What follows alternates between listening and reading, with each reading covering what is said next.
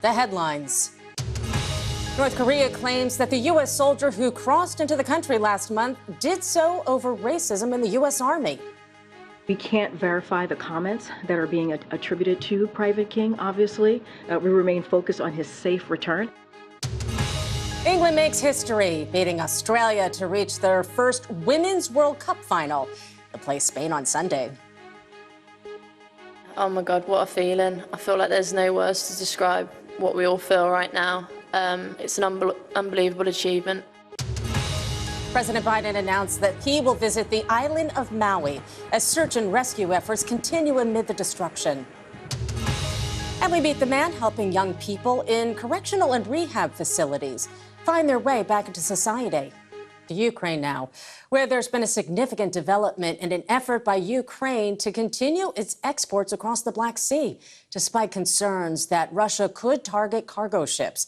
A Hong Kong-flagged merchant vessel successfully left the Ukrainian seaport of Odessa on Wednesday and does not to have appeared to have come under any danger. Ukrainian President Volodymyr Zelensky called the ship's movements, quote, an important step.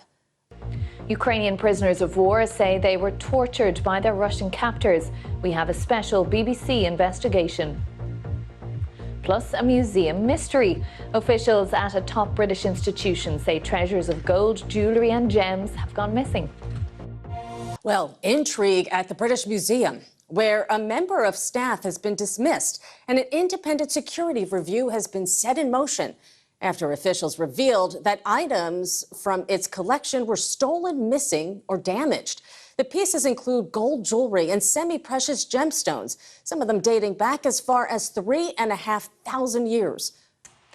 Hundreds of extra police have been deployed in Pakistan's Punjab province after a crowd of Muslims burnt down several churches and ransacked dozens of Christian homes. The violence was sparked by accusations that two Christian men had desecrated the Quran. Germany's government has put forward draft legislation to legalise cannabis for recreational use. If approved, it would allow adults to possess up to 25 grams of the drug and to grow their own plants. That would make it one of the most liberal cannabis laws in Europe. The bill still needs approval from Parliament. The US State Department is sending its new ambassador to Niger to help diplomatic efforts there following the recent coup. Kathleen Fitzgibbon is a career diplomat with extensive experience in Africa. The move is seen as a sign of Washington's continued engagement with the unfolding crisis. Fitzgibbon is expected to arrive later this week.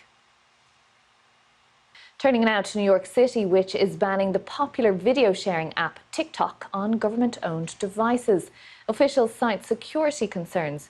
New York State has already enacted a similar ban. The move follows ones in cities and states across the US, where officials worry about the influence of the Chinese government on the app and its more than 150 million American users. Chinese tech giant ByteDance, which owns the app, says it takes the privacy and security of TikTok users seriously. Well, we're learning more about other Americans detained as well, two in Russia. Our partners at CBS News have learned that the US Secretary of State, Antony Blinken, spoke by phone with Paul Whelan today. Whelan, who has been detained for more than 4 years, is being held in a Russian prison camp. This is the second time that they've spoken. A US federal appeals court ruling will allow the abortion drug mifepristone to stay on shelves but restrict access to the medication. The order by the three-judge panel got rid of a lower court's decision that would have completely taken the abortion drug off the market, but upheld parts of the ruling that banned telemedicine prescriptions and shipments of the pill by mail. The ruling will not take effect until the US Supreme Court reviews it. Now, more than 60 people are feared to have died after a boat carrying migrants was found off Cape Verde in West Africa. The boat was found drifting with 38 survivors, including 4 children, who've now been brought to shore. Left Senegal more than a month ago with 101 people on board.